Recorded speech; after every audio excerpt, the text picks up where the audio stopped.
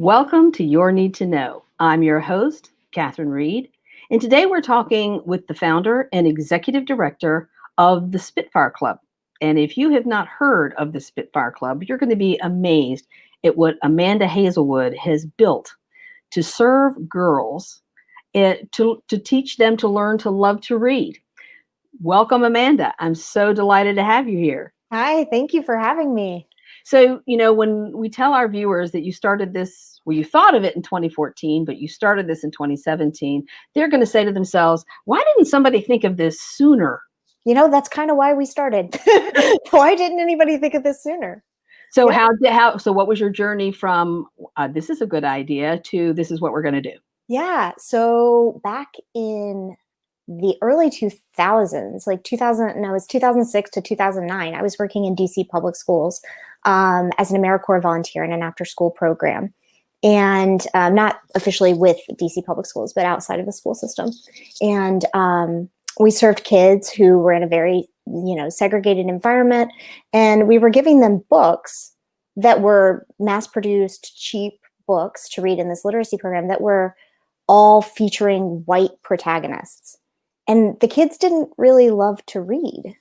They came to the after-school program for the community and for mentorship and for homework help and for safe space, but they didn't really show up for the books, even though that was what the whole program was about. And that was always puzzling to me, but it was like, these books aren't very good, so it's not really surprising that our kids wouldn't enjoy reading them. So, but that kind of like took hold in my mind. Like, how do we help kids love reading? So many kids actually learn to love to read, but they don't even know it because they haven't been reading the right books or been in the right environment or had the ability to develop a love of reading at home.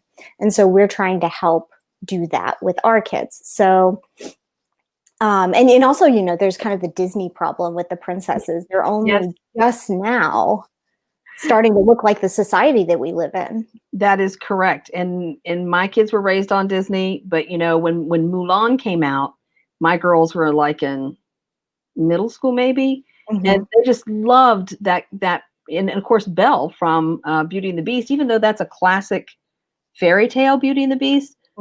It's that what Disney did with it is they raised the fact that Belle loved to read. Yep. That she was bookish and that she was smart and independent and she loved to read. So Disney has some issues, but you're right. They're kind of coming up with better characters that represent girls and women in a different way. It's a timely correction. Yeah, I mean, and kids of color are disproportionately underrepresented in kids' books. Like historically, fewer than half of all books in print feature female protagonists. And last I checked, less than 30% of the books published each year feature protagonists of color. And so there's no study kind of overlaying the two, but it's safe to say like a very small chunk of books in print feature girls of color. And so, oh, sorry. No, there's a curriculum issue too, because a lot of, I'm still like, why are they still teaching Catcher in the Rye? Why? Yeah. I have this question. I hope other people have this question. It's like lots of books have been written that are more relevant to young people, that are excellent literature, that resonate with things that they can identify with. And yet curriculum in public schools still tends to rely on what they call quote unquote classics. And to your point, overwhelmingly white and male. And so kids don't necessarily develop a love of reading when what they're forced to read is something that is just it's not relevant. It doesn't resonate with them. Absolutely. And I also think that our whitewashed curriculum is creating a problem for the kids who are more often represented. The social norms of being more represented and understanding that you are the norm and everybody else is a minority, right? That's something we've got to solve for too. So in Spitfire Club, we are trying to center the experience of girls who face structural barriers to full empowerment. So, and I think that's important. I read the book "The Hate You Give," and Angie Thomas, right? And I'm thinking, why isn't this on like the high school reading list? Tackling issues that these kids are either aware of or not aware of or struggle with or are oppressed by. And you don't see schools saying, oh, well, there are books out there that are clearly a better choice. And so clubs like yours, organizations like yours are necessary, because where else are children going to find the books that resonate with them, that they understand that reading is not just for knowledge, but it is for pleasure. Mm-hmm. It's a different lens on the world to Yeah. read good literature.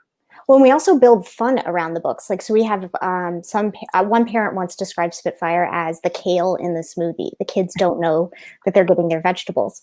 And so we don't just read in the Spitfire Club. We build this whole immersive learning experience around a great book. So if we're reading a book about a girl scientist, we will do a science experiment beforehand. We'll play with the word hypothesis and like try on different hypotheses for size. So the girls are learning a little bit about the scientific method. They're learning about curiosity. They're learning about safety, and it's very tactile in practice. And so everybody walks away having read a good book, having learned something new, having tried a new skill.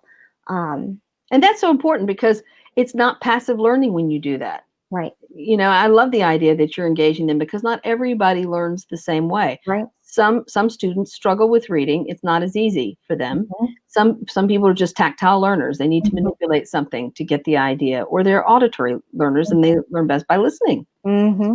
Well, and kids are expected to sit still, especially now during, COVID. Online learning. Right. Oh, but kids are expected to sit still all day long. And so Spitfire gives them a safe learning environment to not sit still.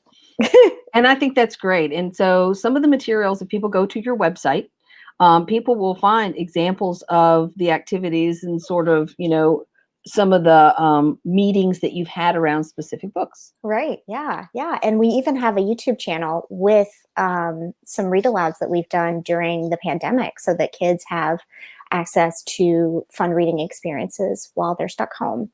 And we're going to continue to produce those. So definitely check that out as well. Oh, no, that's a great idea. And so you are based in Alexandria. Tell us a little bit about how you grew from the idea to how you are operating now. Well, Spitfire wasn't supposed to start when it did. I was 30 weeks pregnant and working on a playground project. And one of the women who works at the recreation division, Lucretia Murphy, who I joke with her now that she's like my guardian angel. She was like, "What are you doing when you're not working on playgrounds?" And I was like, I'm supposed to be starting this nonprofit, but I'm kind of really pregnant. So she asked me to describe it. She said, I think we're going to want this. And so the next thing I knew, we were working with a recreation center here in Alexandria City, which turned into that plus a library, plus a preschool, plus an affordable housing community. And we've now served over 250 girls, unique girls. And we've got about a 70% retention rate. So we're seeing a lot of the same girls, term after term, but 270 unique girls since we got started. And that's amazing what you managed to do in 3 years. And I know that you and I have a mutual friend, Lynn Thomas, at Community Lodging. Yeah, we love our friends at Community Lodgings. And so that's just scratching, the partners that you're working with really are scratching the surface of community organizations, community-based organizations working with some of the most disadvantaged students. Yeah. So how are you trying to find new partners as you go forward? And of course, funding is always an issue, because you're actually providing books and materials. Yes. Yeah. So we've kind of pivoted our model during COVID-19, right? So it used to be we would show up and I would have like my little wheelie bag full of books and fun and usually a treat and music and everything. And I'd show up one day a week and we would sing and we would dance and we would read and we would play. And then I'd, take all it with me and go home. And the girls would get books as incentives as we go. But for the most part, I just had everything with me. But during COVID-19, you can't do that. And so we're packing bags, soup to nuts, and delivering them to the door of every girl who participates to make sure that they have everything they need, right down to pencils and pieces of paper. And this includes science kits. We're going to do a story about Lucia the Luchadora this term, where the girls make luchadora masks. It's going to be really fun. And so we need partners who are able to place their kids in Spitfire Club. So during the pandemic, we're doing online clubs where girls choose to participate at a set time each week. And they log in on Zoom and they've got everything they need. But we need to be paired up with these kids. And it's hard to find them right now, especially when people are struggling to make rent and people are struggling. times are really, really tough. And so things like a fun reading club are kind of tertiary to all the other needs that are being met. But building community and building a habit of reading are just as important, if not more important right now. And then after the pandemic, we would love to partner with organizations where I show up with the bag again. Right. And so you are sort of a one-man band. You Yep. have your volunteers, Yep. but like many new nonprofits, you have started from scratch, and you're being kind of lean and scrappy about how you're, putting this program together. And so with COVID and going to virtual online, obviously part of the problem, as you said, is finding the children, and especially reaching out to their parents because the Mhm. children are at home. So Mhm. even with distance learning right now, some of the biggest challenges is connectivity, Mhm. and the second is making sure the kids, especially the youngest ones, Mhm. know how to actually access the program. Exactly. Exactly. And so that's part of the reason why we've developed the YouTube programming. It's so that if girls are having a hard time with Zoom, or maybe Zoom's not their favorite thing, they can still participate in Spitfire Club, and they don't have to do it, synchronously. Well, that's I'm sure a big help to the parents as well. And so what age group of girls are you actually working with? So our youngest girls are in pre-K, and our oldest girls are in the 5th grade, not all at the same time. So that must be very different trying to work with a pre-reader versus somebody who's in Absolutely. chapter books. Chapter books is a big Absolutely. deal. Absolutely. Yeah. So we split up our girls into pre-readers. Pre-kindergarten and kindergarten are together. And then first, second, and third grade are together. And then the 4th and 5th graders are together in their own club. So, and they read very different books and do very different things. So, I can imagine. And so the idea again is this is kind of a literacy program, but it's also through a very different lens of trying to teach the girls to read for pleasure. In other words, Mhm. not make it like a class assignment. Right. Yeah. We say we are not school. That's really good. Hashtag we are not school. Not school. And I think that's very important because that could be a very big turnoff, especially now that they're getting school online. It must not seem like being online for something else would be like just a whole lot of fun. Right. But then the activities, and again, people can go to your website to see an example of some of the activities that you have to have them do. Make it not just a virtual experience. They're things they're doing themselves, even if they're home by themselves. Mm-hmm. They're doing it as part of the activity. When we come back from our break, we're going to talk more with Amanda Hazelwood, who is the founder and executive director of the Spitfire Club.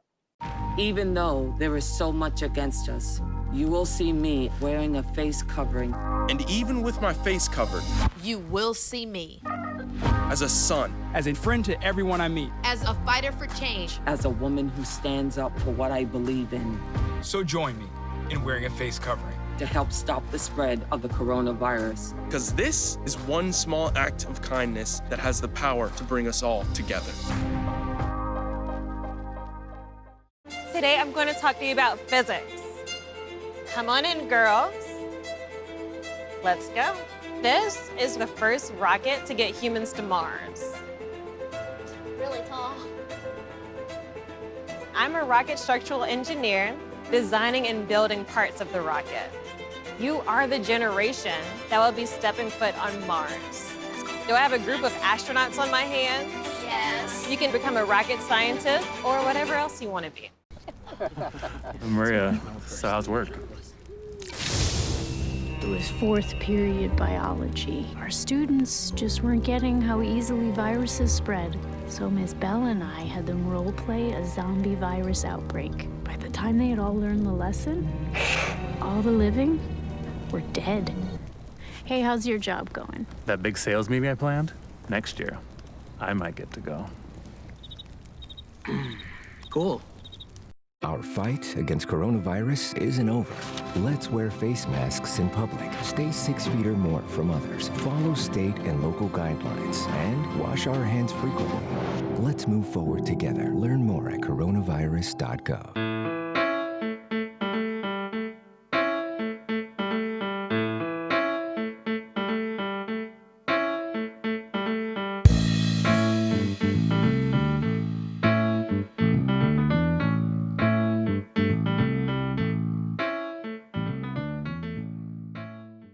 Welcome back to Your Need to Know. I'm your host, Catherine Reed, and today we're talking with Amanda Hazelwood. She is the founder and the executive director of the Spitfire Club, which is a book club for girls.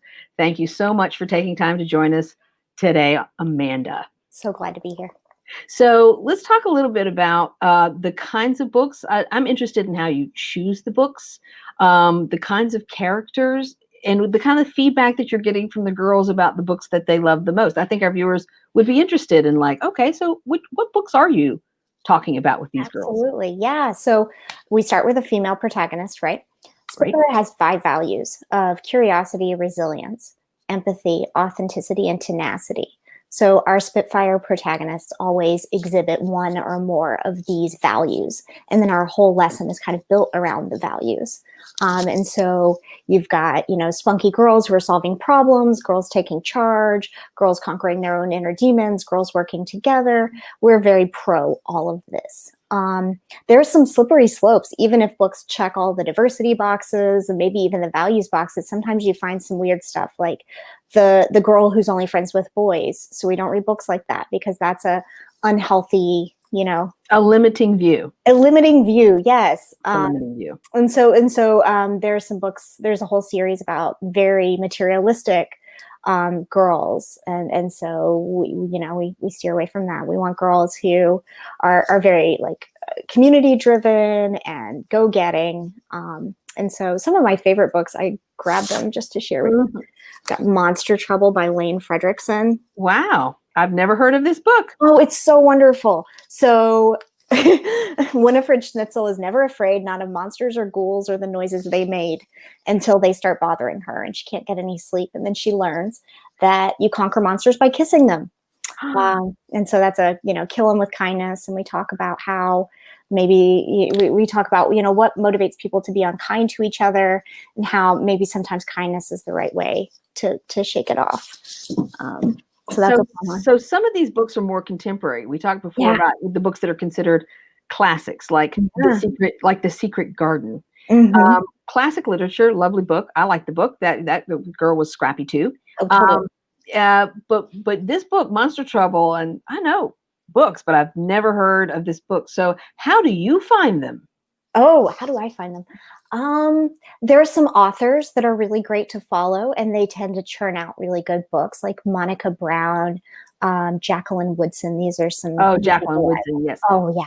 Really reliable authors. Yes, I know her. Instagram, honestly, is a great way to find new books. Really? Yes. The Amazon algorithm knows me now. So it says if you like this, you'll probably like these. Yeah. First Book is a wonderful organization. If any of your viewers serve 70% or more of underprivileged youth, you can sign up for First Book and get discount books for your students. And they're wonderful. And they have a new Stories for All project that's really fantastic. And so they tend to find good books too. And so when you find a good book, so you found Monster Trouble and you're like, this is a book that we should share with our students. How do you work? Certainly not every girl gets a copy of the book. No. So, except during COVID, they do. Okay. But before, you'll see behind me, I've got our collection. So I have a class set of every book that we teach. And those books live in the Spitfire library for term after term. Girls do get books for participating in the Spitfire Club, but these books tend to be higher quality. They tend to be, $15 a copy. Yeah. Like library books. And so we treat it like a library. So we bring the books with us, and the girls each have a copy so that they can develop that, physical relationship with the book, see the pictures up close, turn the pages, experience it in that way. But then it comes back to us. So what age group is Monster Trouble? Monster Trouble is good for pre-K and K all the way up through 3rd grade. The reading level is a little low for older girls, but the content is compelling enough. And the character is dynamic enough that I found that girls up through 3rd grade tend to enjoy that book. Oh, so hit us up with another one. Yeah. Let's see. This one is very fun. Diana Dances by Luciano Lozano. I think this book might have originally been written in Italian or maybe Spanish. I'm not sure. This book is hard to find, but it's about a little girl. So if you look at the cover, yes. So it's hard to find body positive kids books or body diversity books. But Diana is this spunky girl who can't sit still, and her parents send her to a therapist, and they're like, what is wrong with her? Why can she not sit still? And they're like, she's a dancer. She needs to dance.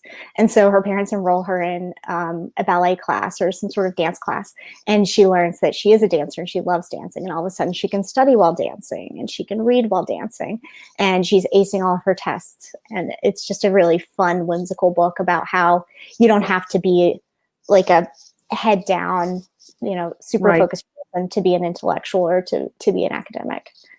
That's a fantastic message too. And I agree with you about body positivity books, because people come in all shapes and sizes. And and girls need to understand at an early age to embrace children's books. Yeah. And so that is a fantastic book. And you mentioned that you think maybe originally it was in Spanish. Do you have books that are in different languages or? Yeah. So a lot of, especially Spanish language books, the left side of the page will be in English and the right side will be in Spanish, or the other way around. And so you can read side by side the book the whole way. And so I really love Monica Brown. We mentioned her earlier. She's really good about publishing in both languages. Sometimes we also buy half of our copies in the Spanish edition and half of our copies in the English edition. And kids are allowed to choose which one they want to read with that day. And so we'll have the group of the Spanish readers and a group with the English readers. And girls, especially who speak Spanish at home, get very excited about that. I find that they don't necessarily read Spanish because that's not something they're practicing in school. But they're very excited to see their, home language being studied in Spitfire Club. And these are all, seems like they're small things, but they're huge. Yeah. Seeing your own language, whether you read in Spanish, but just to see, I can see where that would be very exciting. Imagine if as English speakers, we were in Poland and we saw a book that was in English instead of Polish, we'd be going, oh, wow, I recognize that. It's my language. And not just that, I think it says I belong here. Yes. And I think that's very important for girls to find books that resonate with them. So for older girls, now you said you had like 4th and 5th graders. This is chapter book land, is it not? It is. It's solidly chapter book land. Sometimes our partners bring us in to read with girls who are reading a little bit behind grade level, especially if English isn't their first language. They may be conversationally fluent in English, but their reading's a little bit behind because they didn't start reading in English right away. And so those girls sometimes will do like more complicated nonfiction picture books, which kind of trigger that intellectual need and the stimulation, but it's also, easier for them to read. They've got the pictures. We also read high-low chapter books, which are like, or low-high, where it's kind of a lower reading level technically, but it is a chapter book. There are chapter books for every step on the journey. And so this summer we read One Crazy Summer by Rita Williams Garcia, which is about the Black Panther Party and these girls whose mother, she's a Black Panther in Oakland. And we just studied the civil rights movement, but more from a Black power angle the whole summer. It was so fun. We had one girl, she made an Angela Davis Barbie doll. Oh, wow. Yeah. It was so cool. It was so cool. Oh, that is amazing. And what I have discovered too, which surprises me, is that there are chapter books, and I'll just use like The Lion, the Witch, and the Wardrobe as an example, where you can find a chapter book with no pictures in it, but there are elaborate illustrated editions of some of these chapter books that make them a little friendlier because there's pictures on the page. Yeah, and graphic novels are great for this too. I mean, kids just can't put graphic novels down. And in Spitfire, we firmly believe that whatever a child wants to read is what they should be reading.